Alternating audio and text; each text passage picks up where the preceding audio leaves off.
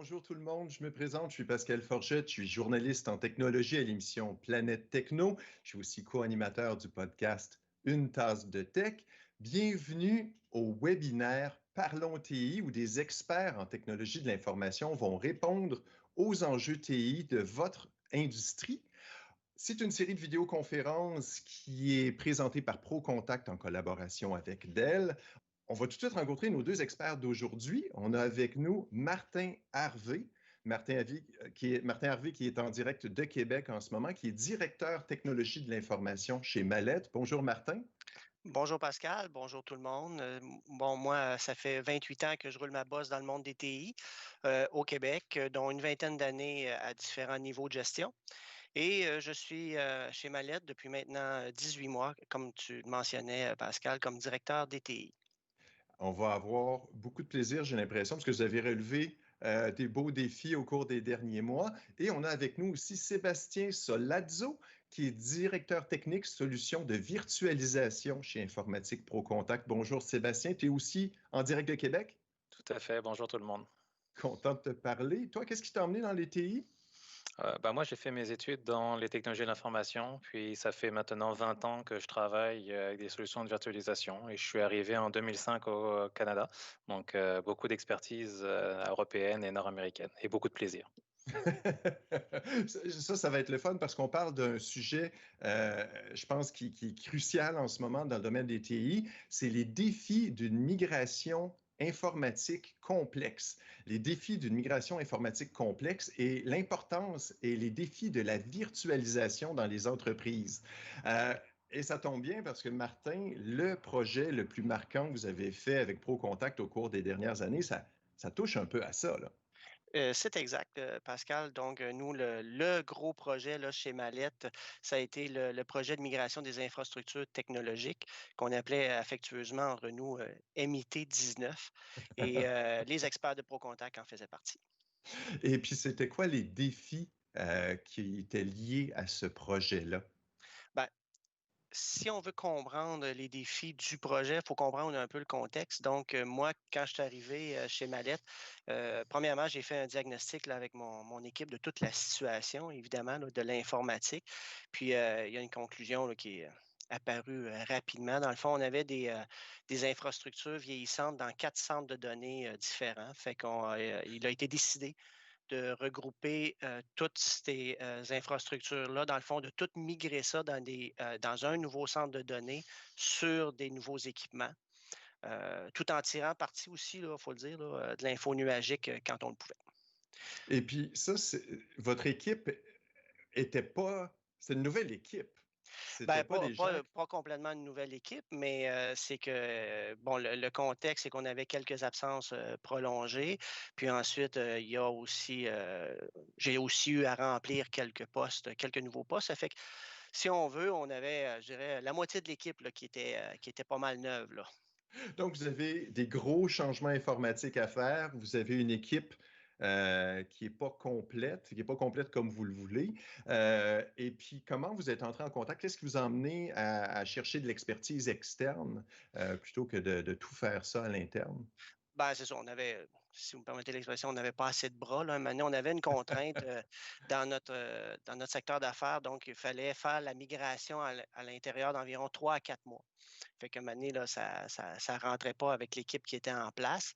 Il aurait fallu travailler jour, soir, fin de semaine tout le temps. J'aurais juste eu plus de personnel arrêté là, à la rigueur. Fait que, et ProContact, ben, c'était déjà un fournisseur de mallettes. Puis, en plus, ben, moi, je les connaissais aussi là, pour les avoir côtoyés dans le marché, là, dans mes anciennes vies, si on veut. Fait que, donc, on a fait affaire avec eux là, pour venir combler le besoin en effectif, mais aussi pour certaines expertises pointues là, qu'on n'avait pas à l'interne. Et c'est là que Sébastien est arrivé en scène. Ça doit être un beau défi pour un spécialiste de la virtualisation d'avoir ce mandat-là. Comment vous avez vu ça? Ah, exactement. Mais de toute façon, ce que décrit Martin est une réalité pour de très nombreuses compagnies, c'est-à-dire le vieillissement des infrastructures, la consolidation de plusieurs environnements, ça peut être des environnements physiques, des environnements aussi, plus quand on est dans le domaine de la technologie de l'information, ça peut être les différents domaines Active Directory, par exemple.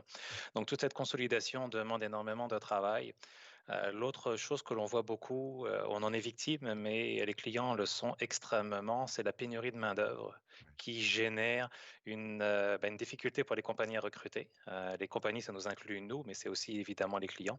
Et ce que ça introduit une surcharge de travail pour les personnes en place, étant donné que les compagnies ont toujours autant de projets à livrer. La compagnie continue à vivre, il faut continuer à donner le service aux clients finaux. Donc, la pénurie de ressources, une surcharge de travail, du coup, la surcharge de travail fait en sorte que les gens n'arrivent plus du tout à se former correctement sur les solutions, qui, en plus, ces solutions-là évoluent à vitesse extrêmement rapide.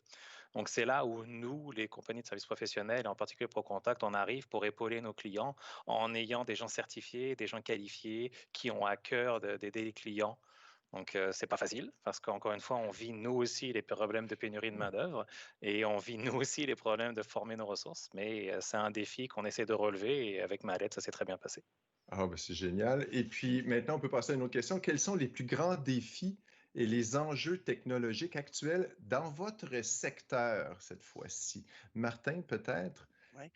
Ben, écoute, moi, si vous m'aviez posé la question l'an dernier, j'aurais probablement eu une réponse différente, mais cette année, on ne peut pas passer à côté de l'événement perturbateur de Ben oui. l'année, là, la COVID-19. Je pense que dans les TI, ça a eu un impact important. Ça a eu un impact dans la vie de tous les gens, là, évidemment, mais ça a eu un impact important au TI, puis ça va continuer d'avoir encore des impacts. Je suis sûr qu'on ne les a pas tous identifiés là. Pour un bon bout de temps, là, je pense qu'on va gérer ces impacts-là. D'ailleurs, vous voyez, moi, si je reviens chez Mallette, on avait le virus à l'œil là, à partir de la fin janvier. Là, il était dans notre radar. Puis là, on s'est posé la question, OK, puis si ça débarque ici, on est-tu prêt? Qu'est-ce qu'il faut faire là, pour être prêt? Heureusement, nous, les outils de nos utilisateurs sont à 99 basés sur la virtualisation applicative. OK. Fait qu'on on a vérifié quelques petites choses, là. On a vérifié certains liens de télécom, on a vérifié des appareils aussi, télécommunications, savoir si il y avait une concentration, si on était capable d'avaler la bouchée, là. Puis, mais après analyse, oui, on était confiant, il n'y avait pas de problème là, à offrir le service là, en cas aujourd'hui qu'on sait, là, en cas de confinement. Et donc, le fait que vous ayez mis à jour récemment toute votre infrastructure, le timing était bon, hein? Tout à C'était... fait, effectivement. Là, nous, on était prêts. Quand ensuite, là, la haute gestion, ils nous ont demandé des rapports en préparation d'eux, ben, on a dit oui. En tant que tel, on ne voit pas d'impact. Là. On avait fait à ce moment-là. Quand la question m'a été demandée, j'étais en cours de vérification là, avec mon équipe là, de certains petits détails, mais j'ai dit non, on est confiant. Là. Au pire, ça aurait demandé quelques rehaussements. Là. Puis finalement, on dit même pas besoin de rehausser, tout va bien. C'est En fait, génial. ouais, je dirais même, si je me permets, même qu'on a tiré un peu avantage de la situation, on était en plein déploiement, nous, de certaines solutions infonuagiques. Fait que, disons que ça l'a permis d'accélérer le déploiement. Là, maintenant, on n'avait comme pas le choix. Puis, si je peux me permettre, ben, peut-être que si on avait quelques récalcitrants pour utiliser nos outils de collaboration en ligne, ben là, les événements les ont convaincus de les utiliser. Puis aujourd'hui, c'est nos plus grands adeptes. Là. Ils sont contents et ils adorent ça. Là. Oui, souvent, ça permet d'éviter les craintes. On fait le saut, on se jette à l'eau et on se rend compte que ça se passe bien et que tout continue, les affaires continuent. Sébastien, dans le secteur, c'est quoi les tendances qui évoluent? Ah, bah, je suis comme Martin, là, il y a une grosse différence entre le avant et le après, mais un exemple précis pour répondre à la question.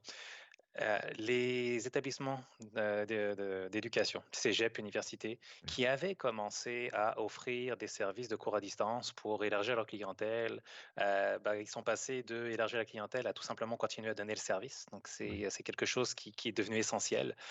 Des organismes gouvernementaux aussi, je ne sais pas si vous avez entendu, mais on a souvent entendu que le gouvernement du Québec voulait élargir les points de service et à avoir des fonctionnaires, plus seulement qu'à Québec et à Montréal, pour des questions de coûts de pied carré, mais aussi de disponibilité de services dans les régions. Tout ce qui est arrivé, là, comme disait Martin, il y aura un avant et un après COVID. Je veux dire, tout ce qui a été fait comme investissement. Quand je dis investissement, c'est aussi bien le plexiglas au niveau de la caissière à l'épicerie que les déploiements technologiques comme Mallette et ailleurs. Donc, il y aura définitivement un changement. On va vivre un avant et un après. Et beaucoup, ce qui est demandé actuellement, là, c'est disponibilité de services à distance de façon à avoir la même expérience. Parce que c'est ça qui est le plus important dans ce qu'on discute. C'est qu'il ne faut pas que, parce que je travaille à distance, je sois moins efficace, je sois moins performant. On ne parle même pas des gens qui ne travaillent pas. On parle vraiment de ceux qui ont à cœur de donner leur travail. Il faut que je leur donne les outils nécessaires pour bien faire. Et c'est ça l'enjeu. Avant, on avait un enjeu de connexion réseau. Oui. On l'a pas mal, c'est pas mal derrière nous. Maintenant, est-ce que j'ai les outils? Et l'exemple de Mallette est un très bon exemple. Ça se prépare, ça se coordonne et on les met en place, on forme nos gens. Puis une fois que c'est en place, je pense que Martin pourra le confirmer, il n'y a aucun problème. Les gens sont tout aussi efficaces. Mais c'est une étape importante à franchir et il faut, comme n'importe quelle étape, il faut bien se préparer. Dans le contexte de la pandémie, dans le contexte des changements qui se passent au niveau informatique, beaucoup de gens se posent la question, c'est quoi les avantages spécifiques de la virtualisation là-dedans? Peut-être Martin, dans le cas de... Qu'est-ce que c'est? Pourquoi virtualisation et pas tout simplement donner des ordinateurs plus puissants à tout le monde? Je ne sais pas, d'autres solutions? Oui, je comprends. Ben, je vais faire un peu de pouce un peu sur ce que Sébastien disait. Dans le fond, c'est que parce que nous, une chose qu'on a vécu là, justement avec le confinement, c'est que les gens, c'est ça, ils devaient aller s'installer chez eux et on ne pouvait même pas les aider. Mais ce qu'on a vu, on a vu une petite tendance aussi, c'est que là, à cette heure, ce qu'ils font, c'est qu'ils nous appellent et ils disent là, moi, là, j'ai branché ça là, dans ma salle de séjour, puis là, avec mon routeur, puis avec dans mon sous-sol, puis etc. Mais ce qu'on remarque, c'est que là, c'est je, me, moi. Avant, il était au bureau. Puis là, ça, c'est un changement de paradigme pour les équipes de TI là, qu'on peut voir aussi avec peut-être les téléphones mobiles, peut-être, mais là, on voit vraiment que là, ils sont rendus chez eux. Puis là, ils parlent de leur personne, de leurs besoins et tout ça. Et là, je crois que avec la virtualisation, il va arriver aussi tout le phénomène de personnalisation, le customerization, qui est en anglais, là. Puis, et je pense que, tu sais, ce qu'on va entendre là, de plus en plus, c'est au TI, puis on va avoir un défi tantôt là, on pourra pas tasser, là, tout simplement, parce qu'auparavant, on voyait souvent, ah, nous autres, au TI, c'est ça le standard, c'est demain, tu peux pas t'en sortir. Je pense que là, il va falloir commencer à réfléchir, à dire comment qu'on va faire à répondre à la demande, parce que tantôt, les utilisateurs, ils vont nous arriver, puis ils vont nous dire, moi, là, je veux que ton service fonctionne comme je l'entends, où et quand je le veux. Et ça va être un défi, là.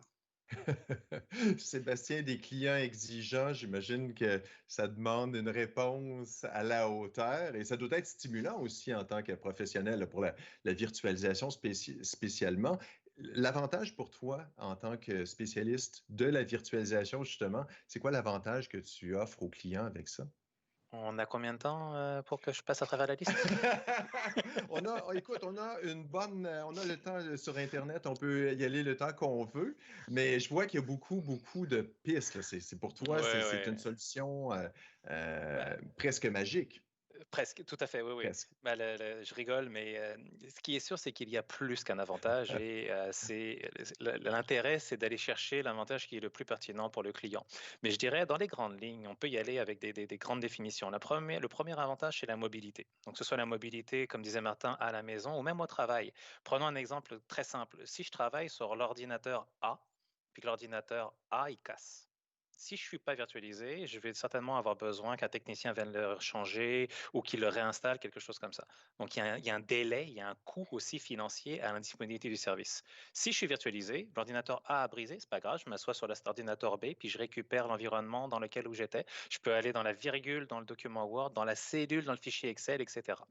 Donc ça, c'est le premier intérêt, la mobilité. Le deuxième intérêt, c'est la sécurité. Étant donné que pour me connecter dans l'environnement, je dois fournir mes informations de connexion qui vont être au minimum mon nom d'usager, mon mot de passe, mais après je peux rajouter des systèmes à double facteur, triple facteur, peu importe, que ce soit Microsoft Authenticator, Google Authenticator, etc. Donc il y a la sécurité. Troisième argument, la performance. Combien de compagnies actuellement fonctionnent avec une solution VPN et j'accède à distance, le fameux RDP à Microsoft, sur un poste physique ou un poste virtuel? Ça marche très bien pour la suite Office et pour Outlook, mais ce qu'on est en train de faire ensemble actuellement, le Teams, où il y a de l'audio et de la vidéo, c'est très gourmand en bande passante. Et le RDP n'est pas fait pour ça. Et la connexion VPN rajoute une couche de latence ou de diminution de la performance. Dans le monde connecté que nous vivons, on ne peut pas dire à nos usagers ton Teams, il ne marche pas dans la solution.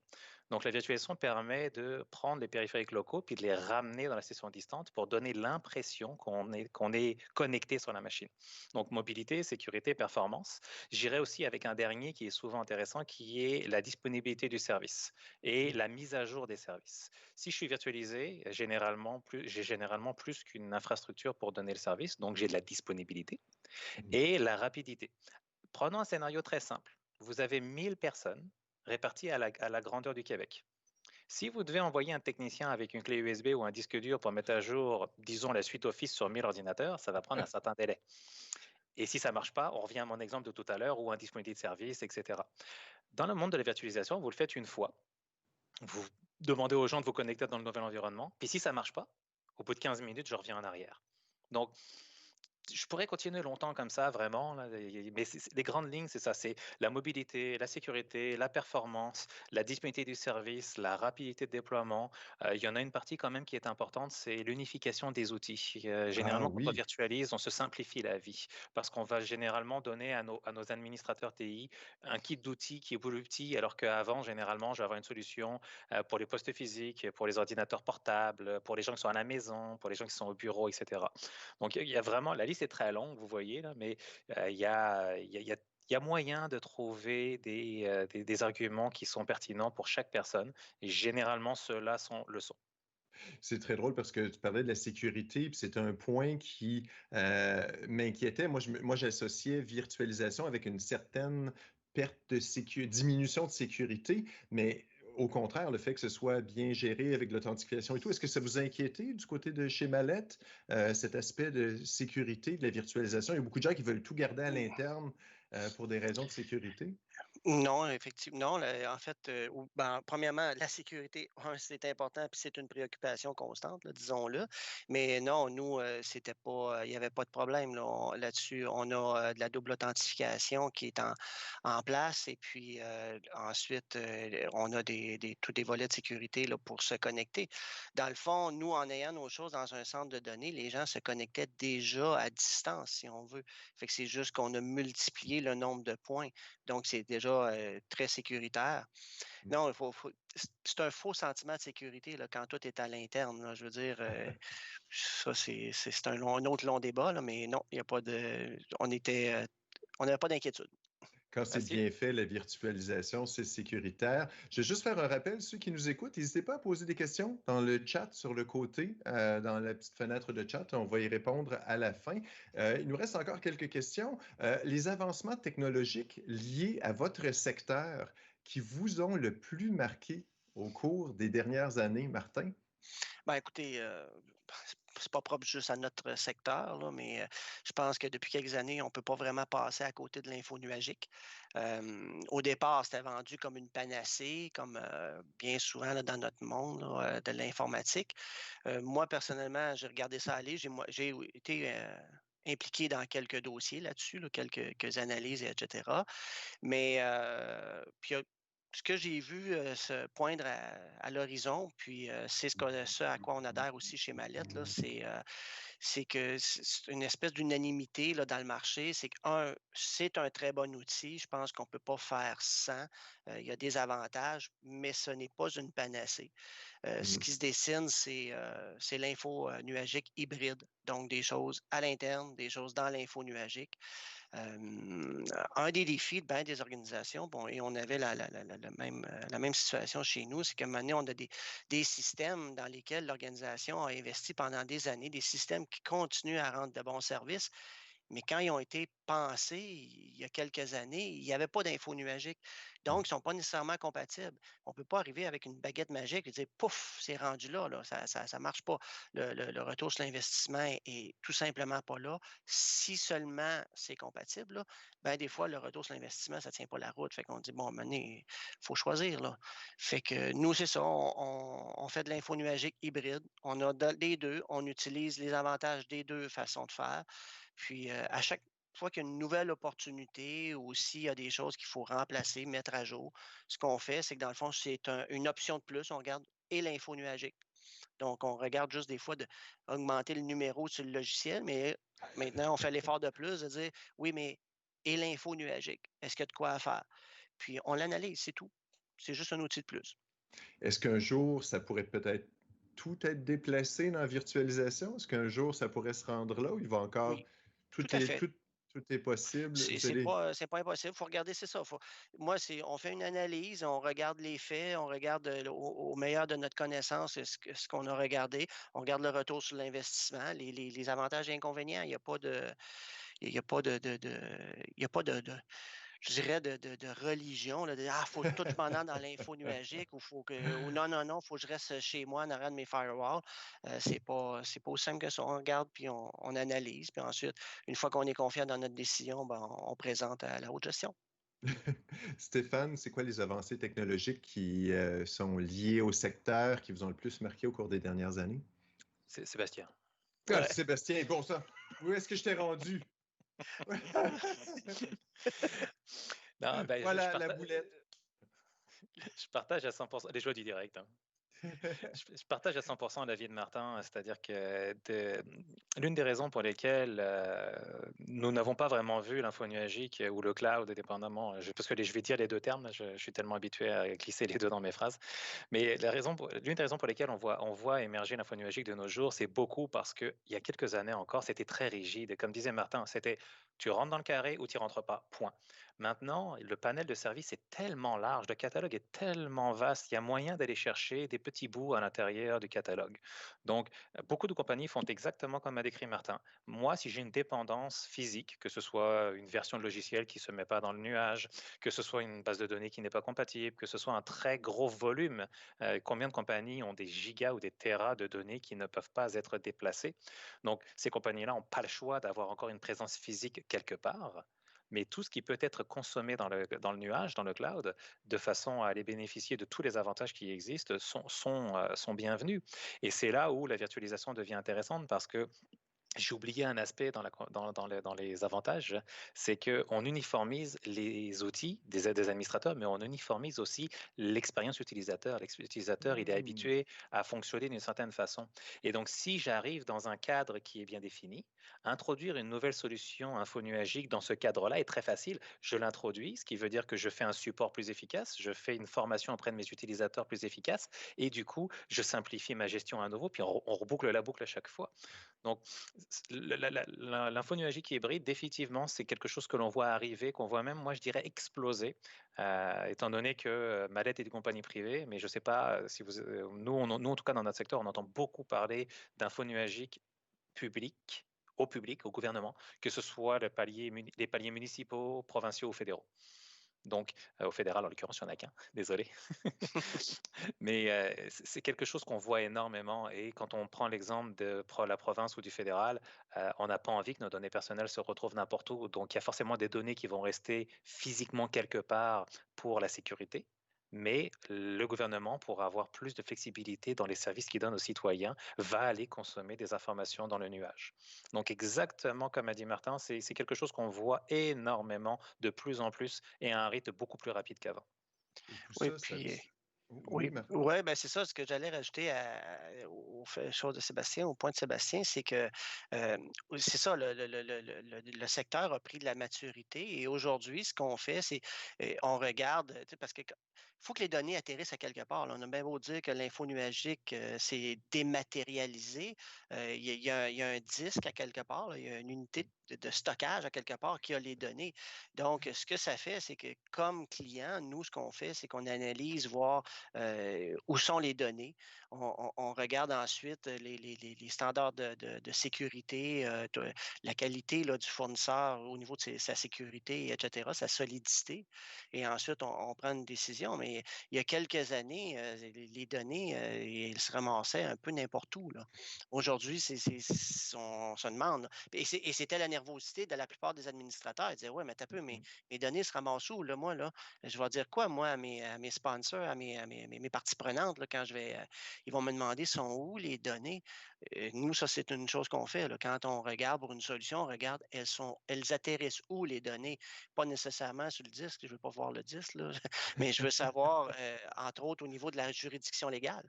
Mhm. Vous voulez savoir dans quel pays, vous voulez pas que C'est vos ça, données se retrouvent exactement. selon les règlements et tout. Pour beaucoup d'entreprises, c'est super important Tout à fait. pour toutes sortes de lois de garder les données au Canada, de garder les données au Québec et Yes. ainsi de suite. On a une question qui nous est arrivée par le chat.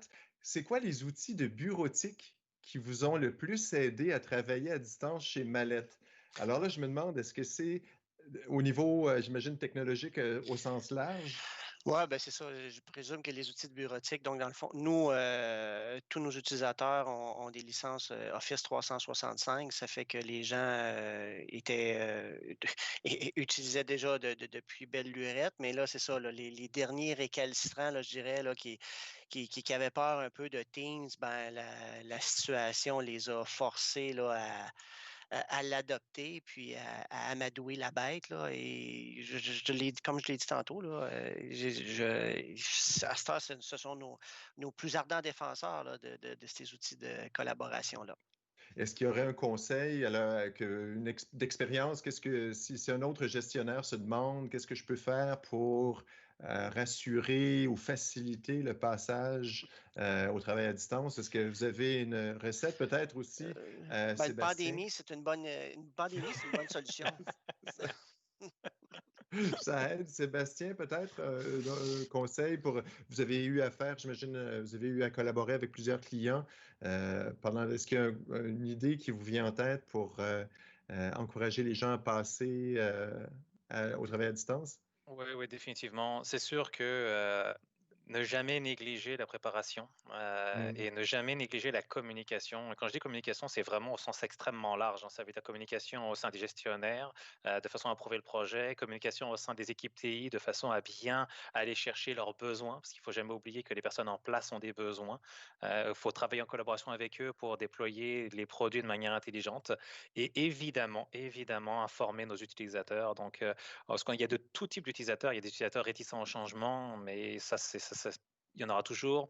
Il y a des utilisateurs qui ont peur, je ne parle même pas de réticence, ils ont peur de ne pas pouvoir performer, de ne pas pouvoir faire leur travail Mhm. correctement. Mhm. Donc, la communication au sens large. Donc, la virtualisation, encore une fois, va aider parce que comme on unifie les méthodes d'accès et qu'on unifie les outils qu'on donne à nos usagers au sein d'une seule et unique façon de travailler, c'est beaucoup plus facile. Donc, du coup, les gestionnaires ont une meilleure vue sur l'usage qui en est fait. Les équipes TI, c'est plus facile à administrer, puis c'est plus facile à donner le support. Puis les utilisateurs, du coup, quand ils travaillent de la maison, quand ils travaillent sur différents sites géographiques ou quand ils travaillent de l'hôtel parce qu'ils ont besoin de se déplacer et de travailler pendant qu'ils sont en déplacement, ont la même expérience. Donc c'est pour ça, j'englobe vraiment ça dans communication. Il ne faut pas être avare de communication. Il ne faut pas faire peur, évidemment, mais faut ne pas avoir peur d'expliquer et réexpliquer. C'est très fréquent qu'on est allé chez des clients puis qu'on a présenté 3, 4 fois la même affaire. C'est pas grave. On va se dire la vérité, les gens dépensent de l'argent. Il faut qu'ils soient satisfaits de la solution. Plus ils seront satisfaits de la solution et plus ils auront à cœur d'être des ambassadeurs, exactement comme l'a dit Martin. Il faut que je pose une question personnelle. La question du 5G qui est souvent présentée comme le futur, qui va permettre des connexions Internet ultra rapides partout, est-ce qu'il faut attendre ça avant de commencer la virtualisation? Est-ce que ça va vraiment transformer le monde de la virtualisation? Sébastien, peut-être? Je vous vois Non, sourire tous les deux, j'ai l'impression que c'est. bah je vais donner mon expérience personnelle. Comme je l'ai dit tout à l'heure, moi, ça fait 20 ans que je fais de la virtualisation. Donc, il y a 20 ans, le 5G, on en était extrêmement loin. Moi, j'ai commencé avec des liens 56K puis des RNIS 128K. Donc, on faisait déjà, le métier que je le fais, on le faisait déjà il y a 20 ans. Ce que ça apporte, le 5G, c'est vrai que le 5G va être extrêmement intéressant, mais c'est pas du tout pour, en tout cas, ma vision des choses, c'est que c'est pas du tout dans un domaine corporatif, c'est dans un domaine personnel. C'est que quand je vais prendre mon périphérique, puis je vais vouloir regarder ma vidéo YouTube ou mon Netflix en 4K, le 5G va venir m'aider. Mais pour les outils collaboratifs, le seul endroit où je suis d'accord que le 5G va être intéressant, c'est pour les sites distants. Donc la Baie James, le Nunavut et puis le Grand Nord, malheureusement pour certaines personnes pas chanceuses, certains endroits à Gaspésie. Donc partout où et on a de la difficulté à amener un service Internet de qualité, le 5G va vraiment aider et va vraiment aider tout le monde, que ce soit les gens à la maison ou les entreprises à faire j'ai business, mais plus de commerce. Mais à Québec, Montréal, puis dans les grandes banlieues comme ça, Pour ce qu'on discute aujourd'hui, l'impact est faible. Mais pour avoir travaillé dans de nombreux dossiers, notamment pour les communautés CRI et leurs besoins de se connecter avec le réseau de la santé pour des expériences malheureuses telles que la DPJ ou pour les soins de santé réguliers et d'avoir une très mauvaise qualité de lien, ça a un impact malheureusement sur les gens. Donc oui, la technologie va les aider et c'est définitivement vrai que mixer la technologie 5G avec la virtualisation, pardon, je bafouille, sera intéressant. Martin, j'imagine que la vitesse de connexion Internet, ça n'a pas été un obstacle. Non, c'est ça. Effectivement, Sébastien a bien résumé. Là, le 5G actuellement, ce qu'on voit, c'est que l'avenue qu'il voit, c'est que ça va faire exploser la quantité d'objets qui vont être connectés parce que, donc, entre autres, les autos, les véhicules autonomes et tout ça risquent de pouvoir utiliser ça, puis se parler entre eux, puis se synchroniser, tout ça. Mais là, on est dans un autre domaine là, que moi, en tout cas, ce qui m'intéresse chez Mallette là, pour l'instant. Mm. C'est déjà le moment de se quitter, mais Sébastien, tu avais une petite anecdote avant de terminer. Est-ce que ça tente toujours de la raconter? Tout à fait. J'aimerais revenir sur le côté sécurité parce que j'ai eu de très nombreuses fois ce discours de la virtualisation et de je vois pas la personne, je sais pas ce qu'il fait et tout et tout. À titre d'anecdote, l'environnement virtuel est beaucoup plus sécuritaire. Déjà, premièrement, parce que je dois m'authentifier pour me connecter. Mais les gens vont dire, ouais, mais moi, je m'authentifie le matin, pareil, quand je connecte sur mon PC au bureau. Oui. Mais est-ce que actuellement, toutes les compagnies interdisent à un employé d'imprimer 2 fois un document ou d'imprimer un document et de le photocopier ou de se transférer un courriel ou de mettre une clé USB et nos téléphones maintenant sont devenus des périphériques USB donc je vais brancher mon téléphone pour le recharger mais en fait je transfère des données sur mon téléphone. Ça là, je peux pas le faire en virtualisation parce que si moi je décide en tant qu'administrateur de couper le copier-coller, couper les lecteurs réseau, couper l'USB, couper le son, couper l'imprimante et ainsi de suite, finalement la seule chose que la personne va pouvoir faire c'est prendre une photo. Mais je vais en plus mettre un filigrane dans l'image pour dire que tel jour à telle heure, c'était Toto qui était en train d'utiliser l'application X. Donc, je suis plus sécuritaire en étant virtualisé qu'en étant au bureau ou en ayant un ordinateur physique que je peux perdre, qui peut se briser ou que je peux me faire voler. Donc, c'était la petite anecdote que je voulais ramener parce que c'était un des arguments positifs envers la virtualisation. Moi, je trouve ça fantastique. Merci beaucoup, messieurs. Merci beaucoup, Sébastien Soladio de ProContact. Merci beaucoup, Martin Harvey de Mallette. C'est déjà le moment de se quitter. N'hésitez pas, si vous avez des commentaires, n'hésitez pas à contacter votre directeur de compte si vous avez des questions sur la virtualisation, sur les TI en général. Demain, à 14h, on a un autre webinaire avec 2 autres invités. On va aborder la migration d'une entreprise vers la mobilité avec Francis Lefebvre du Palais des Congrès. Quelqu'un qui a été affecté par la COVID, là, c'est vraiment, tout est fantastique. Et Jean-Philippe Couture de ProContact qui vont être avec nous. Le lien pour l'inscription au webinaire se trouve dans le clavardage. Et on se retrouve demain. Merci beaucoup d'avoir été avec moi. Merci beaucoup à tous les gens qui nous regardent. N'hésitez pas à partager le vidéo si vous pensez que ça peut intéresser quelqu'un. Et à la prochaine. Merci Pascal. À la prochaine. Merci à vous. Bonne journée.